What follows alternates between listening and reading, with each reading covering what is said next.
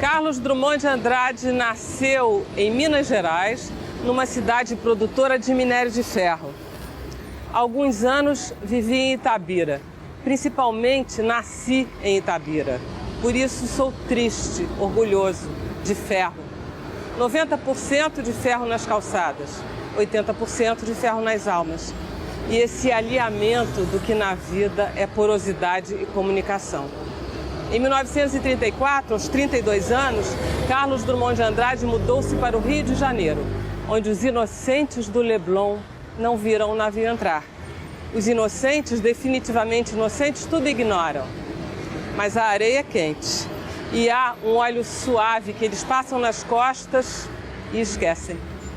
Carlos Drummond de Andrade morreu aqui, em Copacabana, em 1987.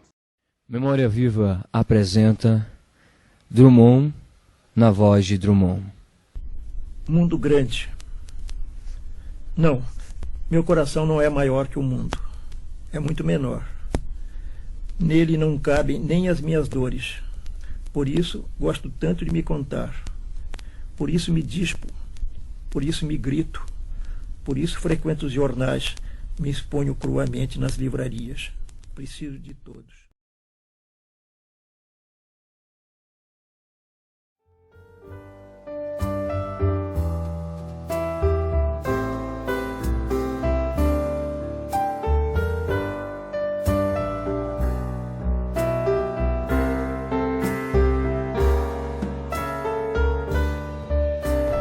Como a gente sempre faz, este poema é o que fecha este livro e de onde é extraído o título. Vale dizer que eu gosto muito de fazer poesia para criança. Ela me dá muito trabalho, eu levo 2, 3 anos para fazer um livro desses, mas é uma alegria depois ver as crianças. É como se eu estivesse dando a mão para elas e levando elas devagarinho para dentro da poesia que elas vão frequentar quando adultas. Mesmo parada.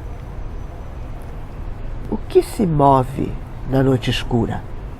Cupim roendo madeira dura, gambara toca, pingo de chuva, pata que cava, unha que fura, sombra entrevista pela fissura. Na noite muda, quem faz ruído? Água que corre, bicho ferido, folha que morre, galho partido, suspiro, espirro, ronco grunhido, vento que sopra como um gemido. A noite avança. Mesmo parada, a madrugada move suas asas sobre o telhado das casas e já a boca da noite bebe leite e o galo canta o nome da manhã.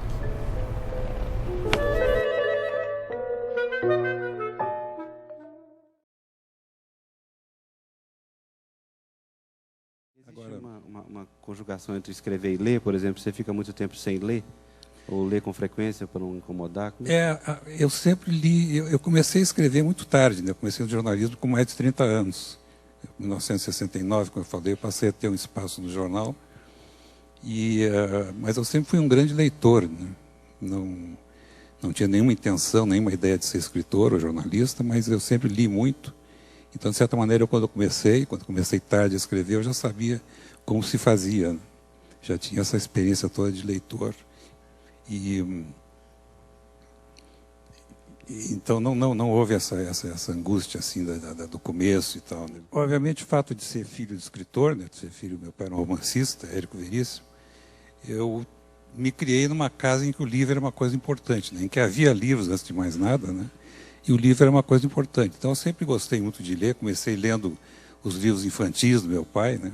Aliás, comecei vendo os livros, eu nem sabia ler ainda, e já gostava de manusear os livros infantis. Comecei a ler com os livros dele, depois passei para outro tipo de literatura e tal. Eu me lembro que o primeiro livro adulto de gente grande que eu li foi um livro do meu pai chamado Caminhos Cruzados, que eu tive que ler escondido, porque era um livro que não era para criança, né? Era um livro que tinha cenas fortes, como a gente dizia na época, né? Comparado com o que a gente lê hoje, não era nada forte, né? Mas eu li escondido. Foi o primeiro livro adulto de gente grande que eu li, foi o Caminhos Cruzados do meu pai. Então, esse fato de ser filho de escritor determinou que eu, em primeiro lugar, convivesse com livros, né, e com escritores, com outros escritores também. E, de certa maneira, me condicionou. Quando eu comecei a escrever, como eu falei, eu já tinha essa experiência de leitor, né, já tinha essa intimidade com os livros. Então, comecei mais ou menos já sabendo como se fazia.